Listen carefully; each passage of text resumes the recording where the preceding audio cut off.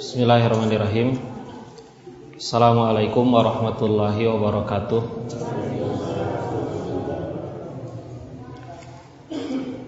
Alhamdulillahirabbil alamin. Wal aqibatu lil muttaqin. Wala udwana illa 'alal zalimin. Asyhadu an la ilaha illallahul malikul haqqul mubin. Wa asyhadu anna Muhammadan abduhu wa rasuluh al-mab'utsu rahmatan lil alamin. Allahumma shalli wa sallim wa barik ala abdika wa rasulik nabiyina Muhammadin wa ala alihi wa ashabihi wa man tabi'ahum bi ihsanin ila yaumiddin, amma ba'd. Allahumma anfa'na bima 'allamtana wa 'allimna ma yanfa'una wa zidna ilman. Allahumma arinal haqqa haqqan warzuqna ittiba'ah wa arinal batila batila warzuqna ijtinabah.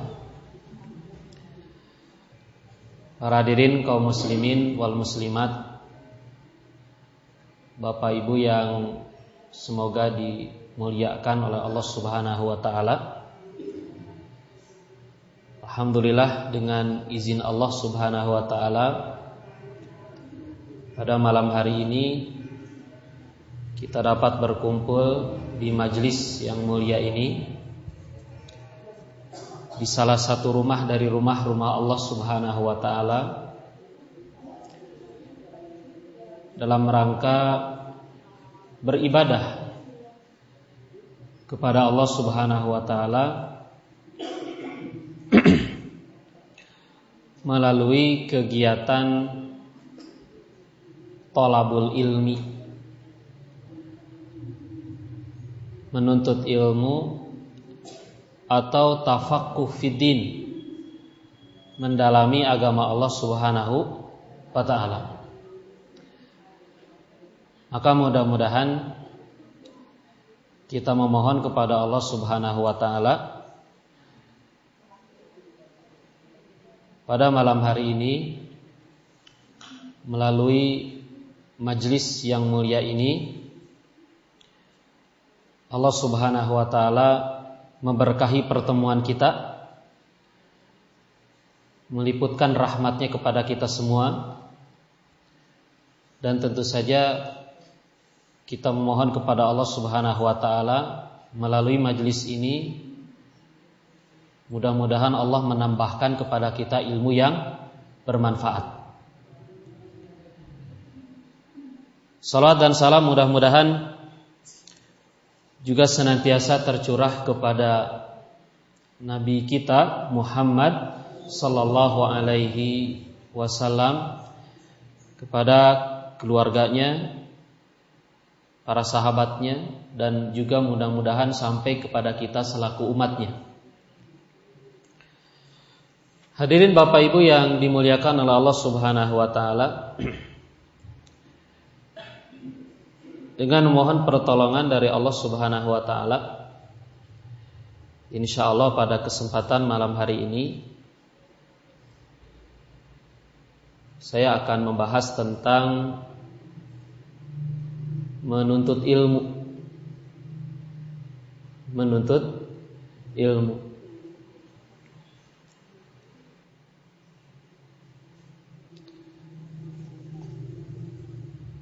Di dalam Al-Quran,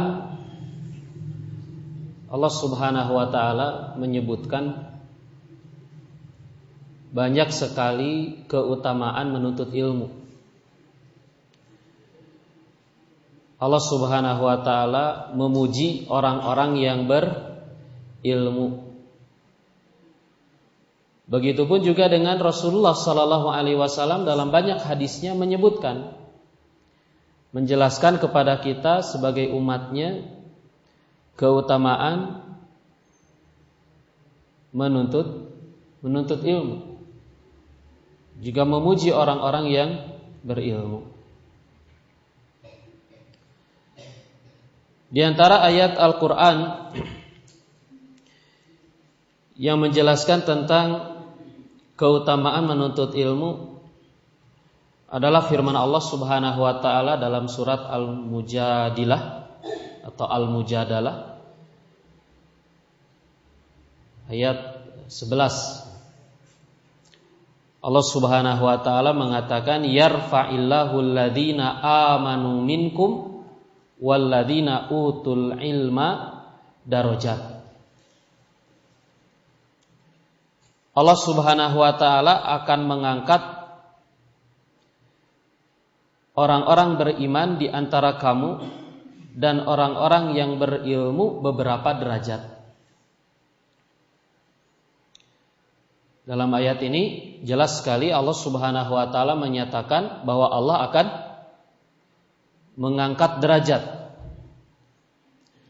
sekelompok orang. Siapa yang akan diangkat derajatnya oleh Allah? Orang beriman dan orang yang berilmu. Orang beriman dan orang yang berilmu. Tentu Bapak Ibu yang dimuliakan oleh Allah Subhanahu wa taala, ayat ini tidak menunjukkan bahwa orang beriman dengan berilmu itu berbeda. Akan tapi maksud dari ayat ini, pertama Allah Subhanahu wa taala akan mengangkat manusia itu pertama dengan iman. Pertama dengan iman. Jadi di antara seluruh manusia yang Allah Subhanahu wa taala ciptakan di dunia ini, Allah akan mengangkat sekelompok manusia di antara mereka, yaitu siapa? Yaitu orang-orang yang beriman. Maka derajat orang beriman itu lebih tinggi daripada derajat orang-orang yang tidak beriman. Derajat orang beriman itu lebih tinggi dari orang-orang kafir. Maka Bapak Ibu yang dimuliakan oleh Allah Subhanahu wa taala, kalau kita beriman kepada Allah, maka kita tidak boleh merasa rendah di hadapan orang-orang kafir. Ya. Walaupun orang-orang kafir itu maju dalam urusan-urusan dunia,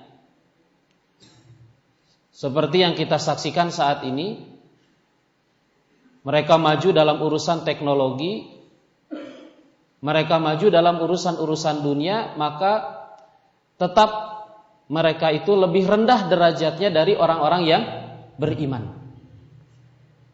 Bahkan Allah Subhanahu wa taala dalam Al-Qur'an mengatakan orang-orang kafir itu seperti binatang, derajatnya itu rendah seperti binatang. Allah mengatakan ulaika kal an'am balhum adall. Mereka itu, orang-orang kafir itu seperti binatang ternak, bahkan lebih sesat lagi daripada binatang ternak, lebih rendah lagi, lebih hina lagi dari binatang. Walladzina kafaru yatamatta'una wa ya'kuluna kama ta'kulul an'amu wan naru mathwal lahum, kata Allah. Dan orang-orang kafir itu mereka bersenang-senang, mereka makan seperti hewan-hewan ternak makan. Dalam beberapa ayat dalam Al-Quran, Allah Subhanahu wa ta'ala menyamakan derajat orang-orang kafir yang tidak beriman itu sama dengan apa? Hewan. Jadi saking rendahnya orang-orang kafir itu. Maka Bapak Ibu yang dimuliakan oleh Allah Subhanahu wa ta'ala, jika ada keimanan di dalam diri kita, maka Allah Subhanahu wa ta'ala dengan keimanan itu akan mengangkat derajat kita, baik di dunia juga nanti di akhirat. Ini yang pertama. Kemudian yarfa'illahu alladhina amanu minkum walladzina utul ilma. Kemudian kelompok yang kedua yang Allah Subhanahu wa taala akan angkat derajatnya adalah siapa? Orang-orang yang berilmu. Nah, jadi tadi kan di kalangan manusia Allah akan angkat derajat sekelompok orang, yaitu siapa? Orang-orang yang berilmu. Nah, sekarang di kalangan orang-orang yang berilmu, Allah juga di kalangan orang-orang yang beriman, Allah juga akan mengangkat derajat sekelompok orang. Siapa mereka? Siapa, Bu? Orang-orang yang berilmu. Jadi orang beriman itu derajatnya tidak sama, berlevel-level, bertingkat-tingkat derajatnya orang beriman itu. Nah, di antara yang menentukan tingkat atau derajat orang-orang yang beriman di sisi Allah Subhanahu wa taala adalah apa? Ilmunya. Semakin tinggi ilmu seseorang, maka dia semakin tinggi derajatnya di sisi Allah Subhanahu wa taala. Semakin tinggi keilmuan yang dimilikinya, maka semakin tinggi pula derajatnya di dunia dan di akhirat. Jadi kita ini semua beriman kepada Allah Subhanahu wa taala, tapi derajat masing-masing dari kita tidak sama. Tidak sama di sisi Allah Subhanahu wa taala. Ada yang rendah, ada yang tengah-tengah, ada yang tinggi. Dan Bapak Ibu yang dimuliakan oleh Allah Subhanahu wa taala, tadi di antara yang menentukan tinggi dan rendahnya derajat kita sebagai orang yang beriman di sisi Allah Subhanahu wa taala adalah apa? Ilmu yang kita miliki. Yarfa'illahu alladhina amanu minkum walladhina utul ilma darajat. Ini ayat yang pertama. Kemudian Bapak Ibu yang dimuliakan oleh Allah Subhanahu wa taala, di antara ayat yang menjelaskan tentang keutamaan orang yang berilmu, ada juga firman Allah Subhanahu wa taala dalam surat Az-Zumar ayat 9. Allah Subhanahu wa taala mengatakan, amman huwa qanitun ana al-laili sajidan wa qa'iman yahdharul akhirah wa yarju rahmata rabbih qul hal yastawil ladzina ya'lamun wal ladzina la ya'lamun innama yatadzakkaru ulul albab.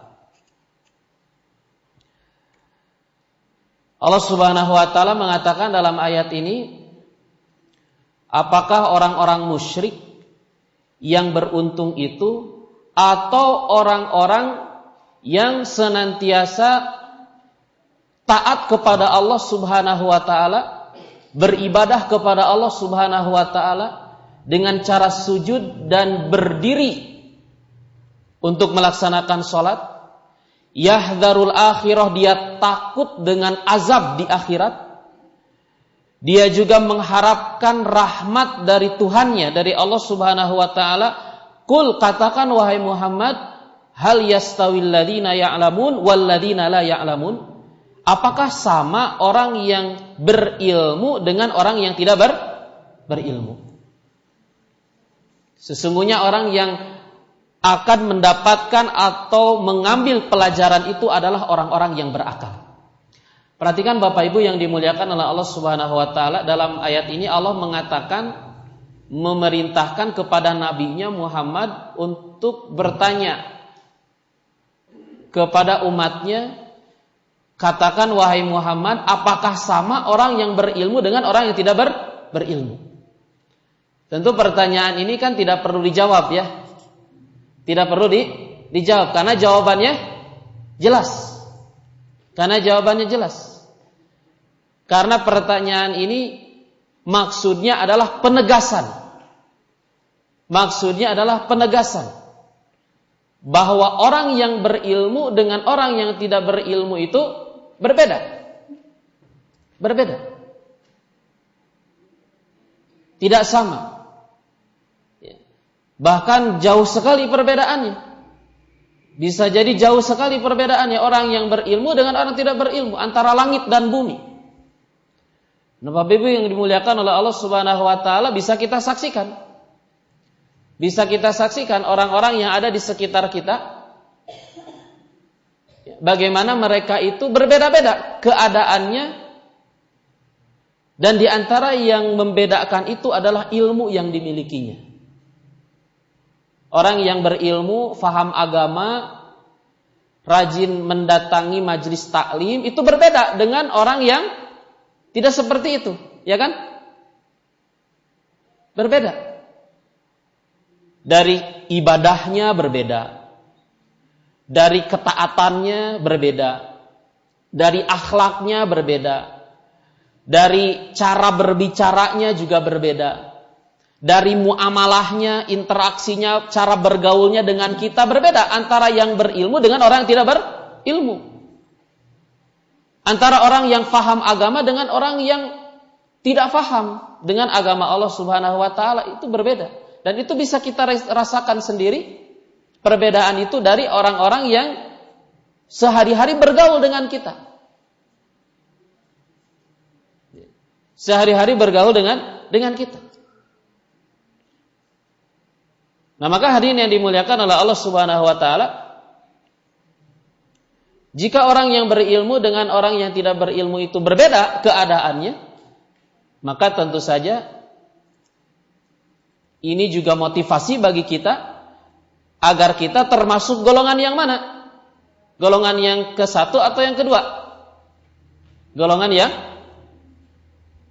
ke satu, yaitu orang-orang yang berilmu. Jangan mau menjadi golongan yang kedua, yaitu orang-orang yang tidak berilmu. Kemudian Bapak Ibu yang dimuliakan oleh Allah Subhanahu wa taala, begitu juga di antara ayat yang menjelaskan tentang keutamaan ilmu atau keutamaan orang-orang yang berilmu. Allah Subhanahu wa taala mengatakan innama yakhsyallaha min ibadihil ulama. Kata Allah Subhanahu wa taala bahwasannya orang yang takut kepada Allah di antara hamba-hambanya adalah orang-orang yang berilmu. Jadi orang yang takut kepada Allah itu hanya orang yang berilmu.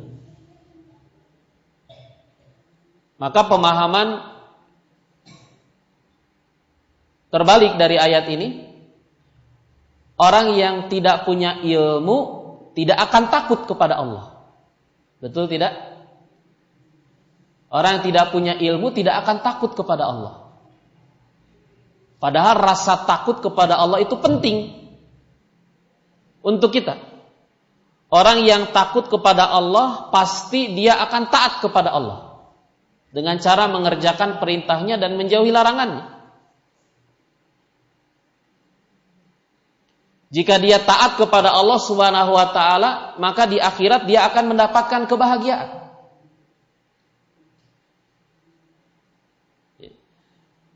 Nah, rasa takut kepada Allah Subhanahu wa taala yang akan mendorong kita untuk taat kepada Allah Subhanahu wa taala adalah ilmu. Rasa takut akan muncul di dalam diri kita kepada Allah kalau kita punya ilmu. Jika kita tidak punya ilmu, sekali lagi tadi, maka kita tidak akan merasa takut kepada Allah Subhanahu wa taala. Kalau sudah tidak punya rasa takut kepada Allah, maka tidak akan taat kepada Allah Subhanahu wa taala.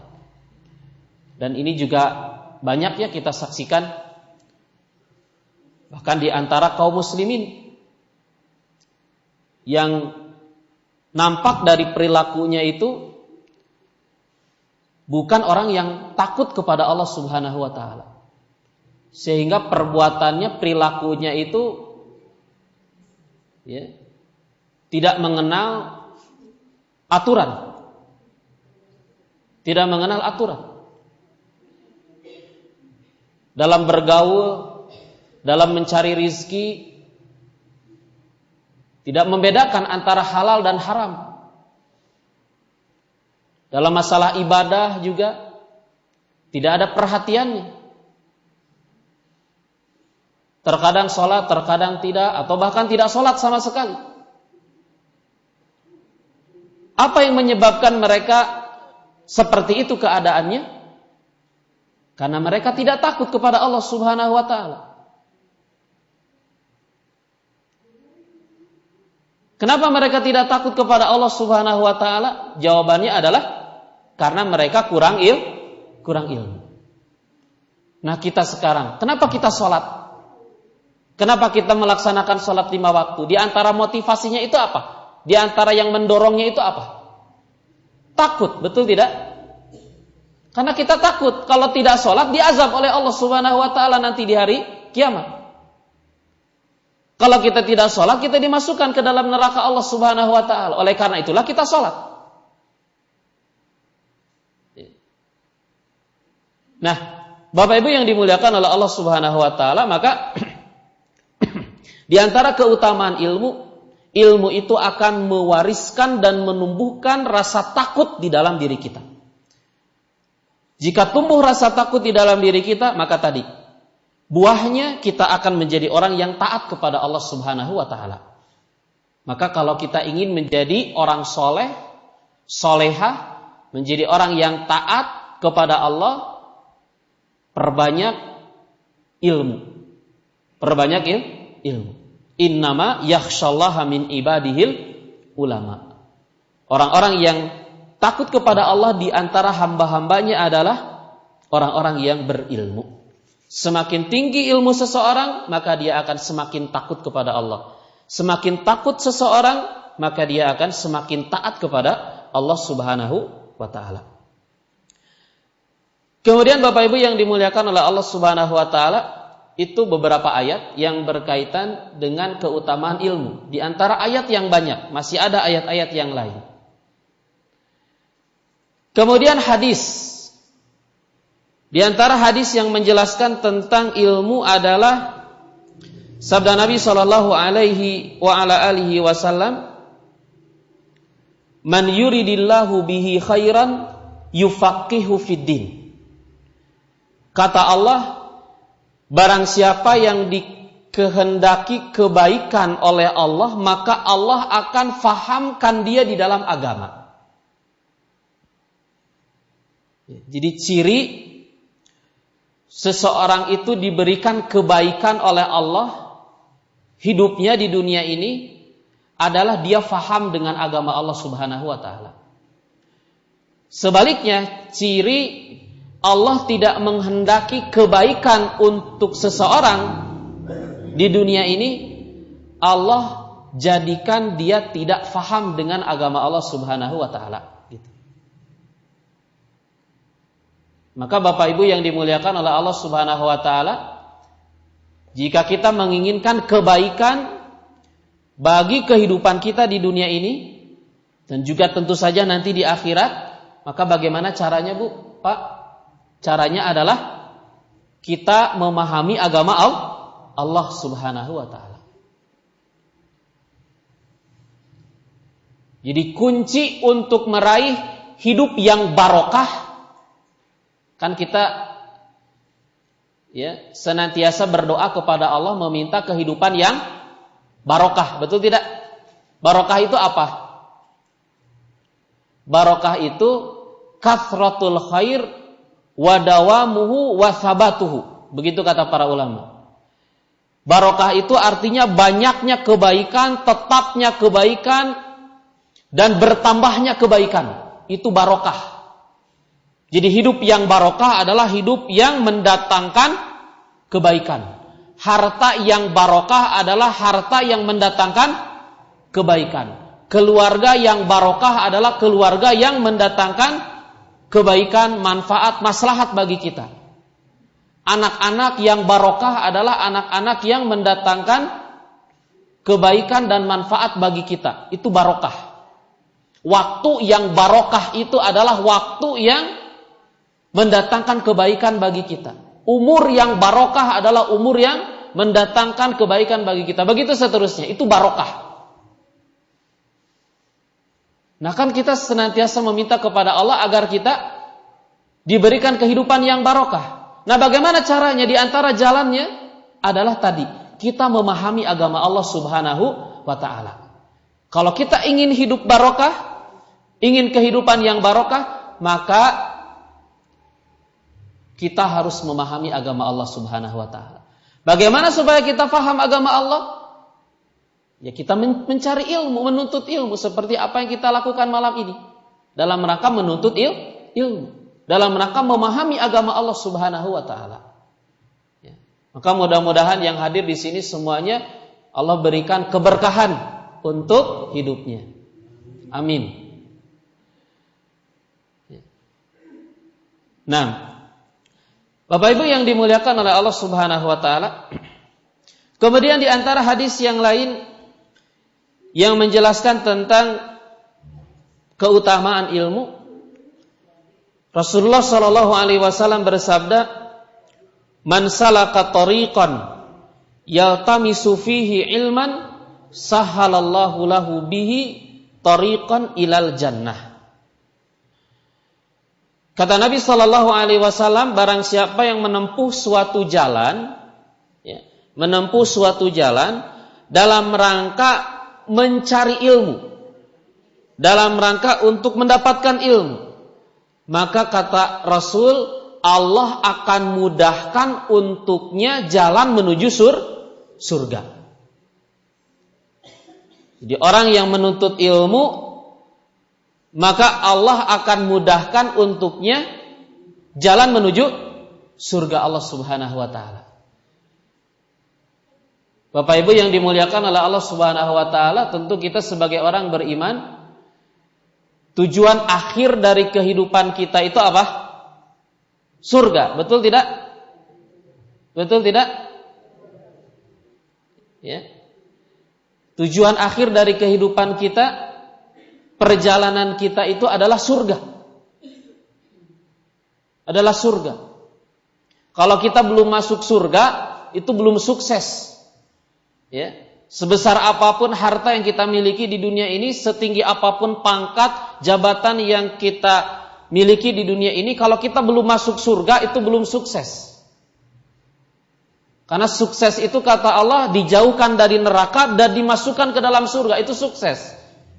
Faman zuhziha 'anil nar wa udkhilal jannah faqad faz, kata Allah.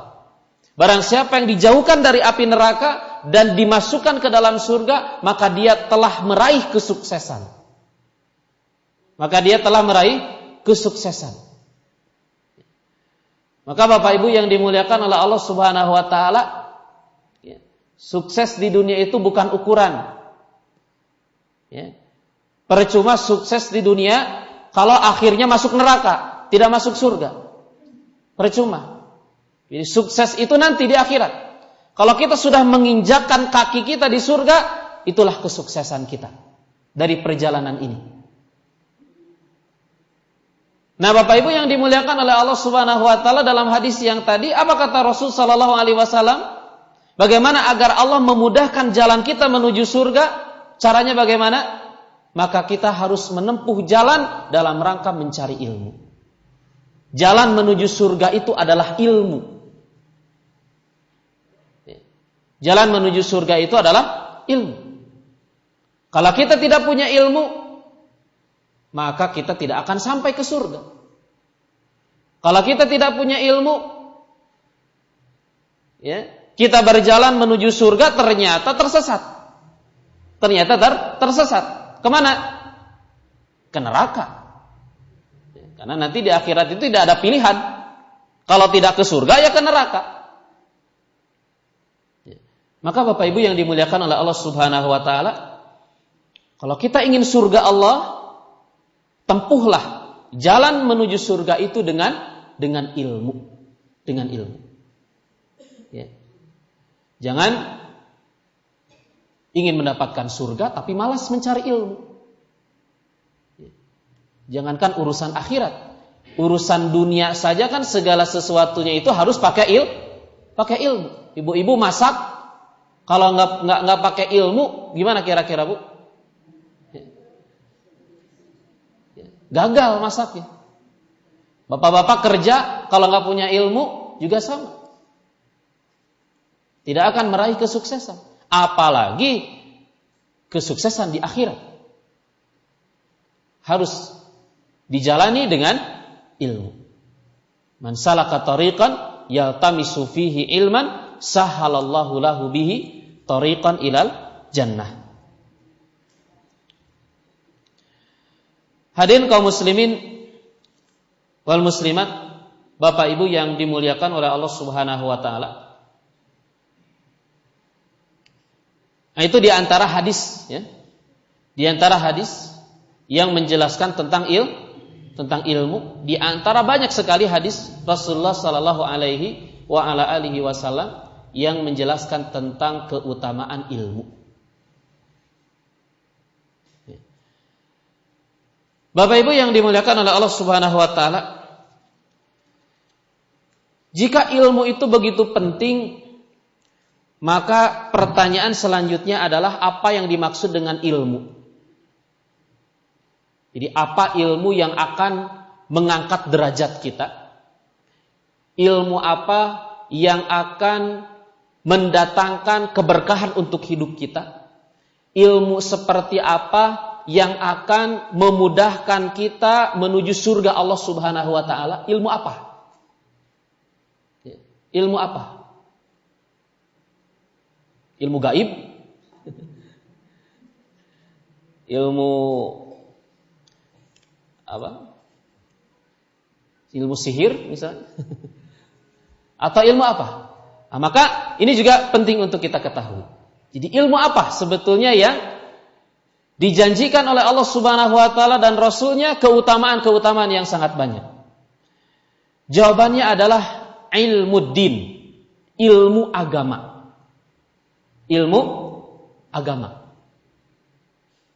Jadi ilmu agamalah yang dimaksud oleh Allah dan Rasulnya yang akan mendatangkan kepada kita keutamaan-keutamaan dan manfaat-manfaat yang sangat banyak bagi kita di dunia dan di akhirat. Ilmu din. Sebagaimana dalam hadis yang tadi, barang siapa yang dikehendaki kebaikan oleh Allah, maka Allah akan fahamkan di dalam agama. Jadi ilmu agama lah yang harus kita cari agar kita mendapatkan keutamaan-keutamaan tadi. Ya. Jadi bukan ilmu-ilmu yang lain. Bukan ilmu-ilmu yang lain. Nah, Bapak Ibu yang dimuliakan oleh Allah Subhanahu wa taala, ilmu agama itu ada dua. Ada ilmu agama yang hukum mempelajarinya fardu ain. Ada ilmu agama yang hukum mempelajarinya fardu kifayah. Ya. Bapak Ibu tahu apa bedanya fardu ain sama fardu kifayah? Tahu ya Bu ya? Kalau fardu ain itu apa? Yang wajib dilakukan oleh setiap muslim. Masing-masing wajib.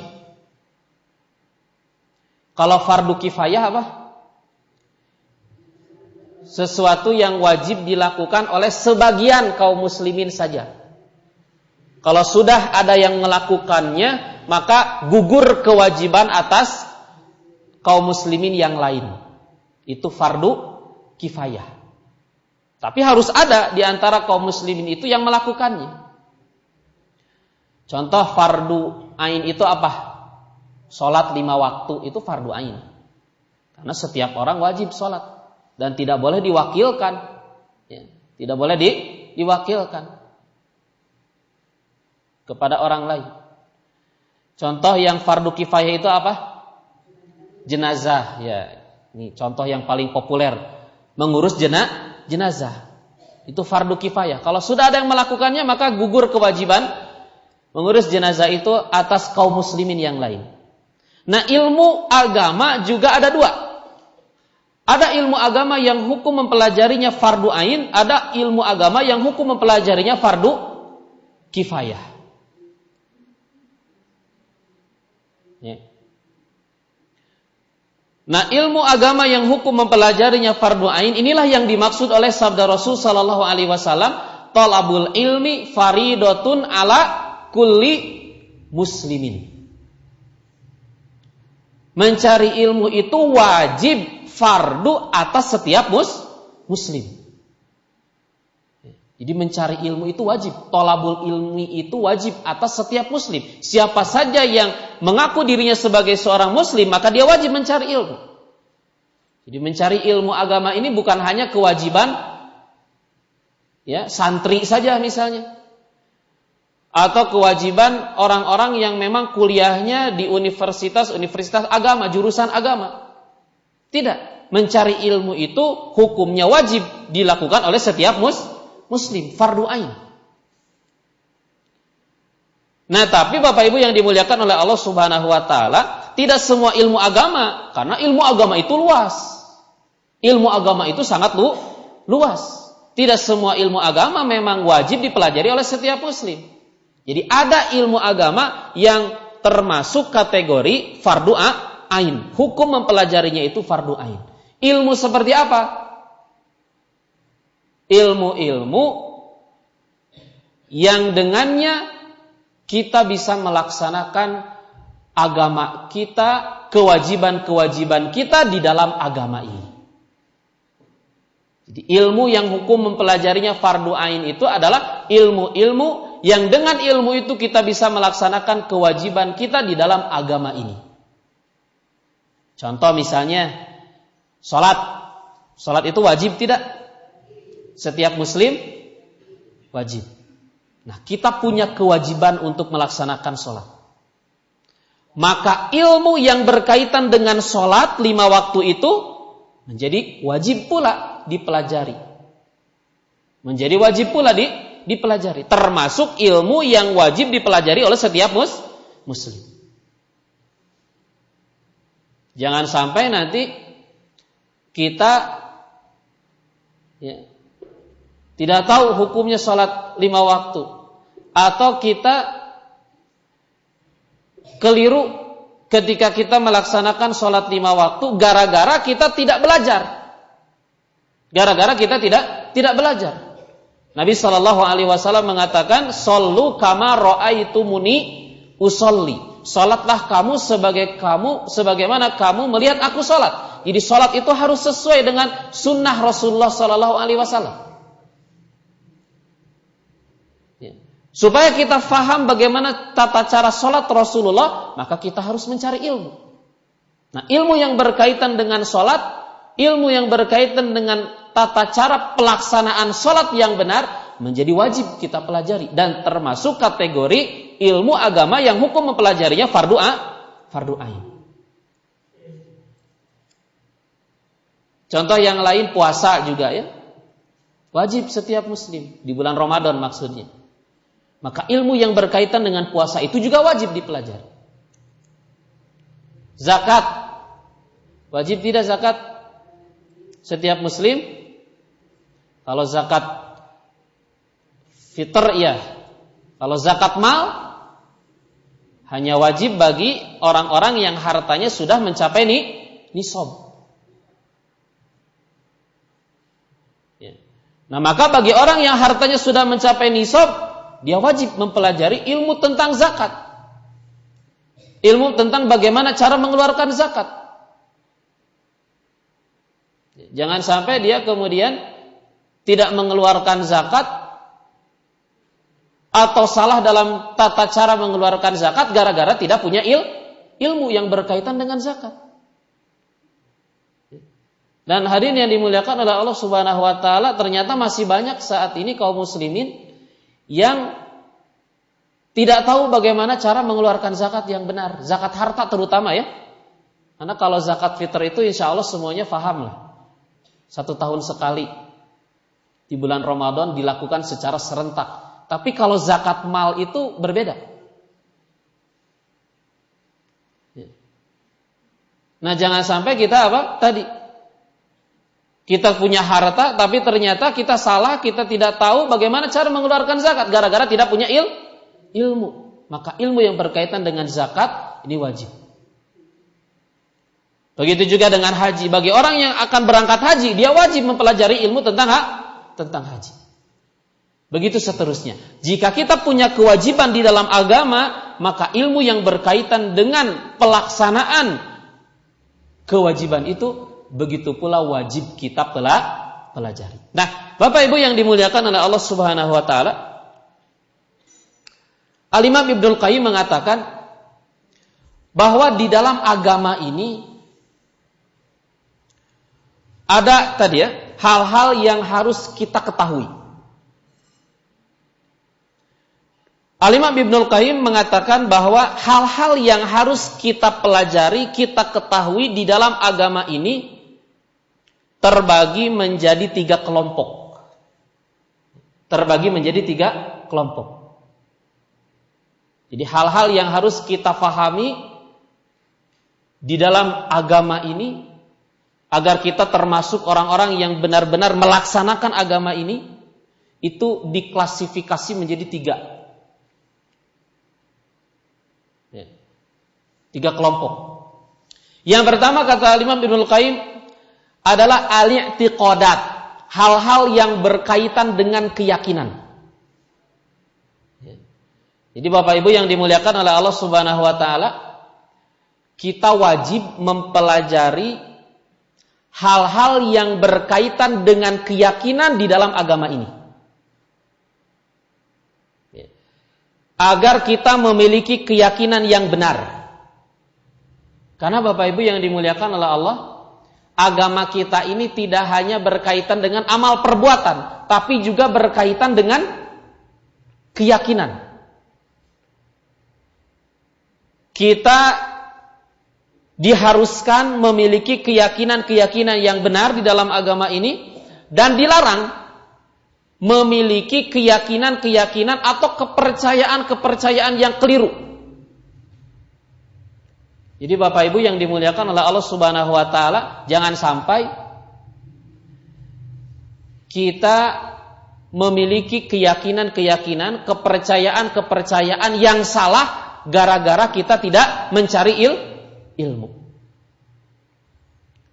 Karena nanti di akhirat masalah keyakinan ini juga di antara perkara yang akan kita pertanggungjawabkan di hadapan Allah Subhanahu wa taala. Kalau kita sholat, rajin sholat, puasa juga tiap tahun puasa, zakat juga membayar zakat, haji juga sudah, ya, akan tapi kemudian kita membawa keyakinan yang keliru. Ketika kita menghadap Allah Subhanahu wa taala, maka kita tidak akan selamat. Walaupun kita rajin sholat, Bu, Pak. Walaupun kita rajin sholat, maka hati-hati berkaitan dengan keyakinan ini. Nah, ini yang dalam bahasa syariat disebut dengan akidah.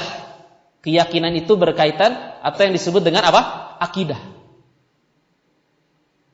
Tadi dikatakan kalau kita datang kepada Allah, menghadap Allah dan memiliki keyakinan-keyakinan yang salah, kita tidak akan selamat. Apa dalilnya? Dalilnya firman Allah Subhanahu wa taala, "Yauma la yanfa'u malun wala banun illa man atallaha biqalbin salim." Hari kiamat itu adalah hari ketika tidak bermanfaat harta dan anak-anak kecuali orang-orang yang datang kepada Allah dengan hati yang selamat. Hati yang selamat itu yang bagaimana? Hati yang selamat itu adalah hati yang memiliki keyakinan-keyakinan yang benar. Hati yang memiliki akidah yang lurus. Hati yang bersih dari keyakinan-keyakinan yang menyimpang.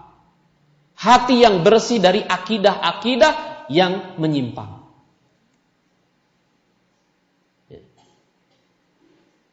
Tidak akan selamat. Kita menghadap Allah kalau kita membawa keyakinan yang menyimpang ketika kita di dunia, walaupun kita rajin sholat, rajin puasa, rajin membaca Quran, ya, sudah melaksanakan ibadah haji dan seterusnya. Karena apa? Karena agama ini tidak hanya berkaitan dengan amal perbuatan, tapi juga berkaitan dengan apa yang kita yakini di dalam diri kita. Jadi nanti dipertanggungjawabkan. Jadi bukan hanya perbuatan saja yang dipertanggungjawabkan itu. Amal perbuatan jelas akan diminta pertanggungjawaban semuanya. Anggota tubuh kita semua akan berbicara di hadapan Allah Subhanahu wa taala dalam rangka mempertanggungjawabkan perbuatan-perbuatannya. Tapi ingat, keyakinan atau akidah yang ada di dalam hati ini juga akan dimintai pertanggungjawaban. Nah, maka Bapak Ibu yang dimuliakan oleh Allah Subhanahu wa taala, di antara ilmu yang harus kita pelajari di dalam agama ini adalah ilmu-ilmu yang berkaitan dengan apa? Keyakinan. Jangan sampai kita memiliki keyakinan-keyakinan, kepercayaan-kepercayaan yang salah. Dan Bapak Ibu yang dimuliakan oleh Allah Subhanahu wa taala, penyimpangan dalam masalah keyakinan ini juga saat ini banyak, bahkan dilakukan, dimiliki oleh orang-orang yang mengaku muslim. Ya. Orang-orang mengaku muslim tapi keyakinannya, kepercayaannya salah, menyimpang.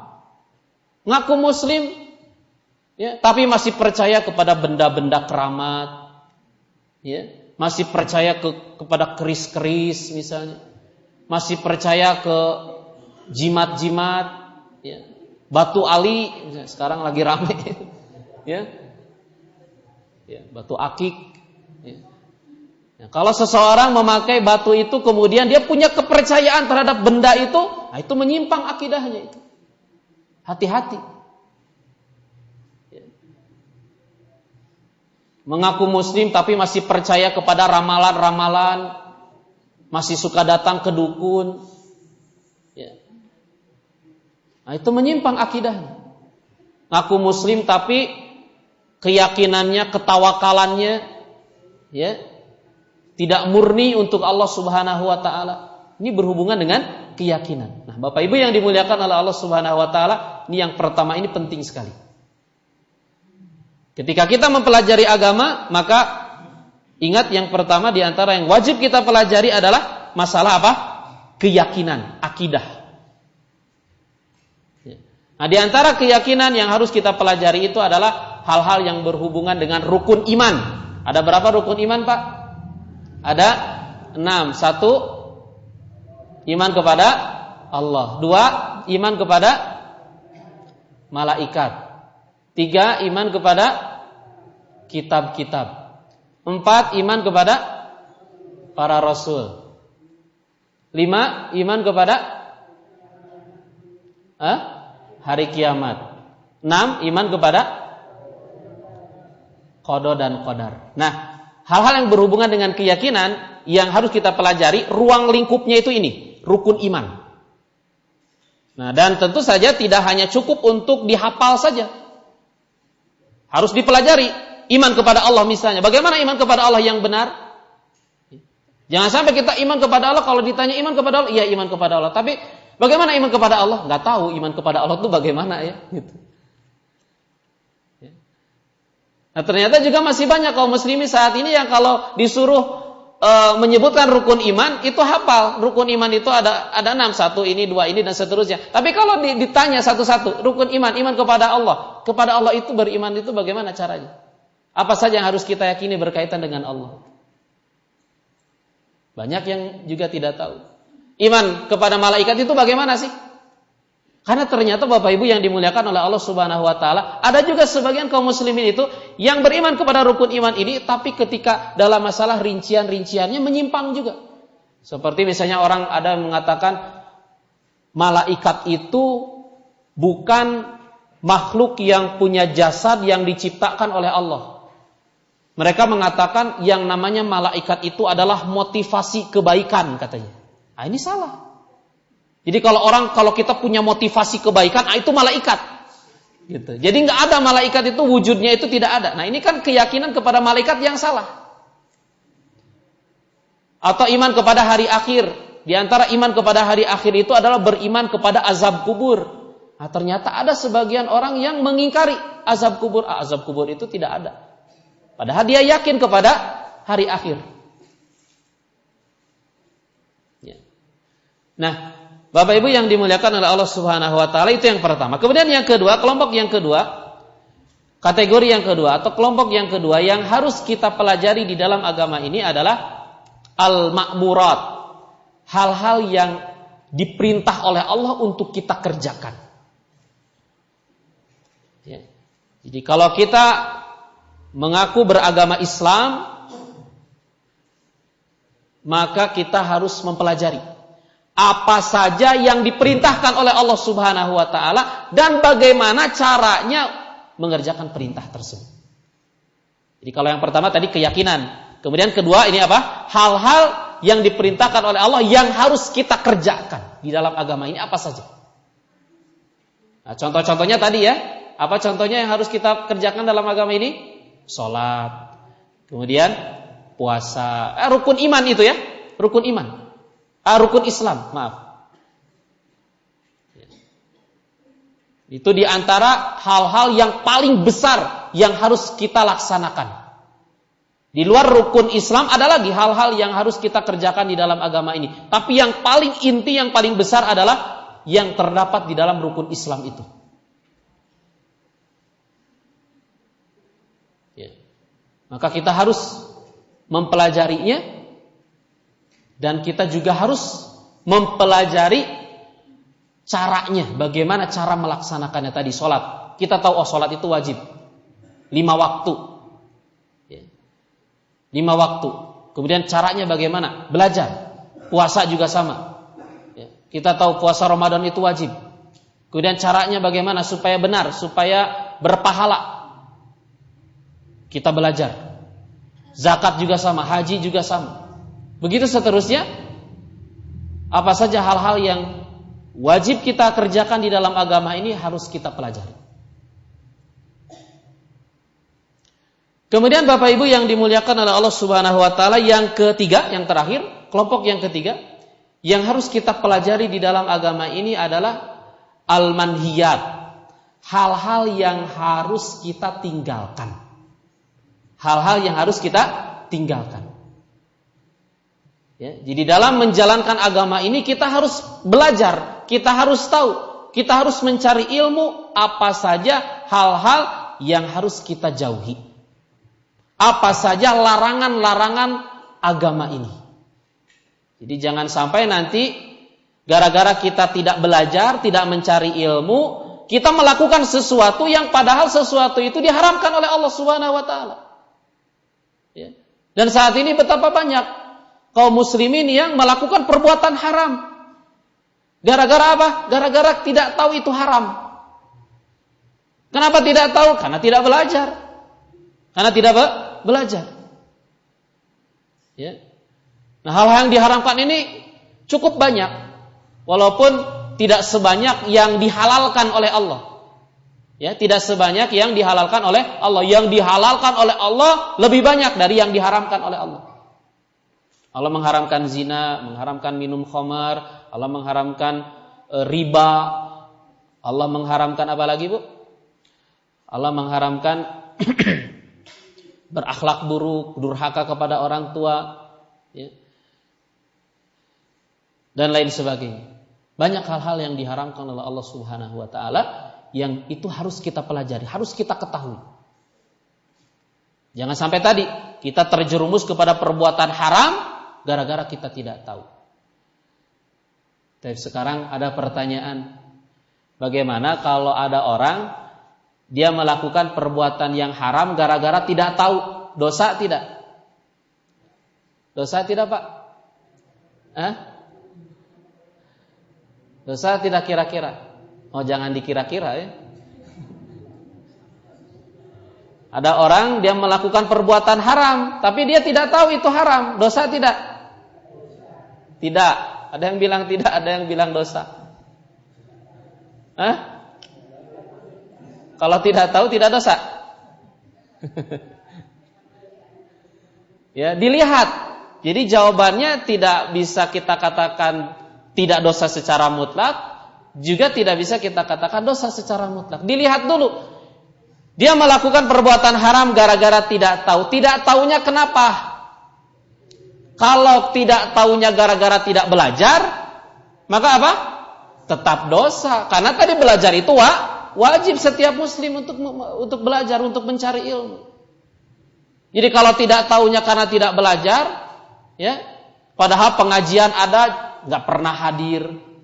Ustadz, kiai ada, tidak pernah bertanya, ya kan? Buku-buku juga banyak, tidak pernah membaca, berpaling saja dari ilmu, tidak mau belajar. Kalau gara-gara ini tidak mau belajar, dia terjerumus kepada perbuatan haram, dia tetap dosa, bahkan dosanya jadi double. Dosa tidak belajar, dosa juga terjerumus kepada perbuatan yang haram.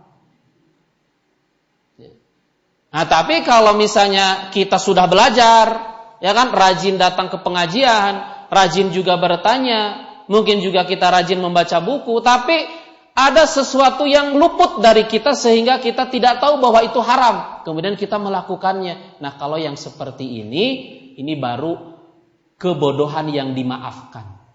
Ini baru dimaafkan, ini baru tidak dosa kalau yang seperti ini. Ya. Jadi bodoh itu tidak semuanya dimaafkan. Dalam bahasa Sunda juga bodoh itu kan ada dua ya. Ada bodoh bodoh aleho sama bodoh katotoloyo, gitu kan? Bodoh aleho itu kan bodoh tapi mau belajar. Nah, itu tidak apa-apa kalau itu. Nah, yang tercela itu bodoh katotoloyo. Ya, sudah bodoh tapi tidak mau belajar. Nah, itu. Nah, yang seperti itu mah ya tidak dimaafkan. Jadi Bapak Ibu yang dimuliakan oleh Allah Subhanahu wa taala, nah yang ketiga ini juga penting. Kita harus tahu ya, di antara hal yang harus kita pelajari dalam agama ini adalah apa saja yang diharamkan oleh Allah. Apa saja yang diharamkan oleh Allah kita pelajari ya, lalu kemudian kita tinggalkan. Nah, Bapak Ibu yang dimuliakan oleh Allah Subhanahu wa taala, berkaitan dengan ilmu ini, dari mana kita mensumberkan ilmu ini? Di sumber ilmu itu apa? Sumber ilmu itu yang paling pokok adalah Al-Quran dan Sunnah Rasulullah Sallallahu Alaihi Wasallam. Jadi tidak boleh kita mengatakan ini bagian dari agama, tapi tidak ada sumbernya dari Al-Quran, tidak ada sumbernya dari Sunnah Rasulullah Sallallahu Alaihi Wasallam. Segala sesuatu yang kita sandarkan kepada agama, maka sumbernya adalah Al-Quran dan Sunnah Rasulullah Sallallahu Alaihi Wasallam. Oleh karena itu para ulama juga mengatakan al-ilmu qala Allah wa qala Rasuluh wa qala sahabah. Ilmu itu adalah apa yang difirmankan oleh Allah, apa yang disabdakan oleh Rasul, dan apa yang dikatakan oleh para sahabat. Dikatakan oleh para sahabat Rasulullah Sallallahu Alaihi Wasallam, maksudnya di sini adalah berupa penafsiran terhadap Al-Quran dan Sunnah itu. Ini ilmu. Ya, ini adalah sumber ilmu. Ya, maka tidak boleh kita menyandarkan sesuatu kepada agama, tapi dasarnya itu pendapat kita, akal-akalan kita, tidak boleh. Kita menyatakan ini ibadah, tapi tidak ada dalilnya dari Al-Quran, tidak ada juga dalil dari hadis Rasulullah Sallallahu Alaihi Wasallam, tidak boleh.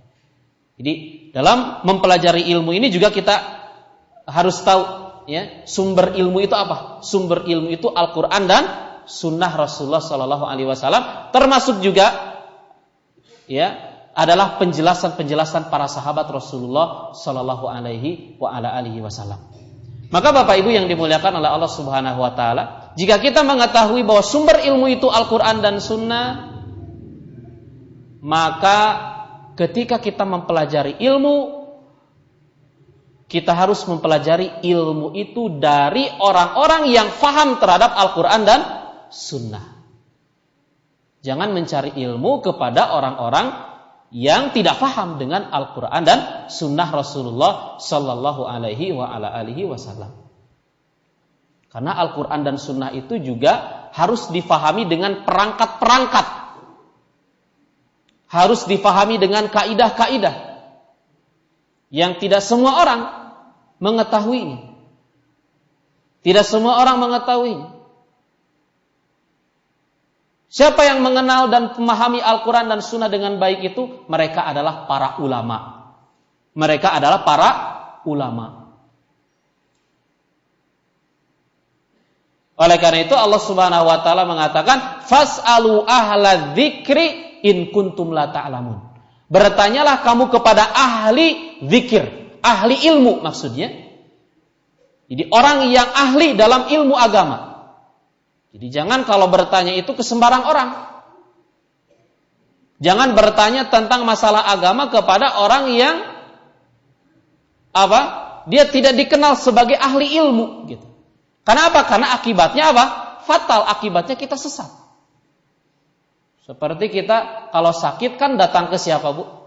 Ke dokter. Ya, ke dokter.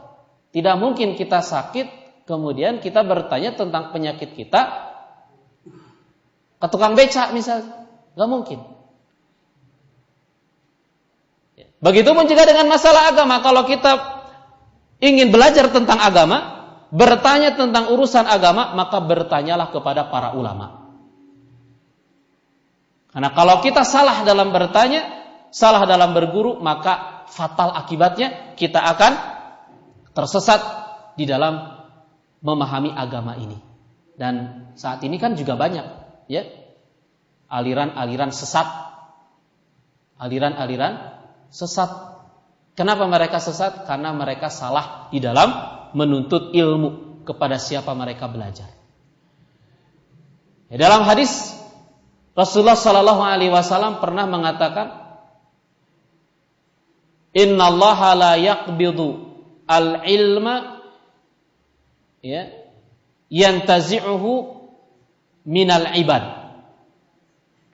Allah itu tidak akan mengangkat ilmu dengan cara langsung mencabut ilmu itu dari hamba-hambanya. Walakin yaqbidul ilma biqabdil ulama. Akan tapi Allah itu akan mengangkat ilmu pada akhir zaman, maksudnya akan mengangkat ilmu itu dengan mematikan para ulama, mengambil para ulama. Kemudian kata Rasul sallallahu alaihi wasallam, hatta idza lam yabqa alimun, sampai ketika tidak ada orang yang berilmu, ya, ittakhadhan nasu ru'asa juhala. Maka kemudian orang-orang menjadikan pemimpin-pemimpin dalam agama itu orang-orang yang bodoh. Karena ulamanya tidak ada, maka manusia menjadikan tokoh-tokoh, pemimpin-pemimpin yang diikutinya itu dari kalangan orang-orang bodoh. Fasu'ilu, maka orang-orang bodoh itu ditanya. Fa'aftau bighairi ilmin, kemudian orang-orang bodoh itu menjawab tanpa ilmu. Fadallu wa adallu, maka mereka sesat dan mereka juga menyesatkan orang lain. Nah, Bapak Ibu yang dimuliakan oleh Allah Subhanahu wa taala, hadis ini, ya, di antara faidahnya, pelajaran yang bisa kita petik dari hadis ini juga bahwa kalau kita ingin bertanya masalah agama, maka perhatikan dulu siapa orang yang akan kita tanya itu, ahli atau tidak, dia faham atau tidak, dia menguasai perangkat-perangkat ilmu untuk memahami Al-Quran dan Sunnah atau tidak. Ya. Karena Al-Quran dan Sunnah itu juga nanti saling menafsirkan. Ayat Al-Quran itu dengan ayat Quran yang lain itu saling menafsirkan, tidak bisa difahami sepotong-sepotong. Di antara hal yang menyebabkan orang itu tersesat pemahamannya adalah mengambil sepotong-sepotong dari dalil. Nyomot ayat gini, oh gini maksudnya begini, padahal, ya, tanpa ilmu. Maka berhati-hati pula di dalam berbicara tentang Al-Quran. Jangan kita ambil ayat, kemudian kita pahami sendiri dengan pendapat kita. Sementara kita tidak tahu ayat-ayat yang lain yang mungkin menafsirkan ayat itu. Kita tidak juga tahu tentang hadis-hadis Rasul yang menjelaskan tentang ayat itu. Sehingga kita salah di dalam memahami ayat. Bahkan sampai Abu Bakar radhiyallahu anhu, sahabat Rasul yang mulia sekalipun, pernah mengatakan, ayyu sama'in tudhilluni wa ayyu ardin tuqilluni idza qultu fil Qur'an ma la a'lamu.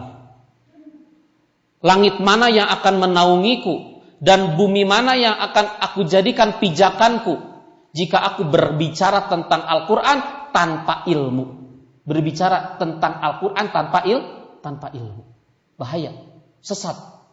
Dan di antara aliran-aliran sesat yang bermunculan, itu di antara akibatnya adalah, atau di antara sebabnya adalah karena dia memahami Al-Quran tanpa ilmu. Maka bertanyalah kepada para ulama, orang-orang yang memiliki ilmu. Bapak Ibu yang dimuliakan oleh Allah Subhanahu wa taala, itulah beberapa hal yang berkaitan dengan ilmu yang bisa kita bahas pada kesempatan malam hari ini. Mudah-mudahan bermanfaat bagi kita semua. Mudah-mudahan menjadi ilmu yang bermanfaat, menjadi wawasan bagi kita, dan mudah-mudahan juga semakin menambah keimanan kita kepada Allah Subhanahu wa taala.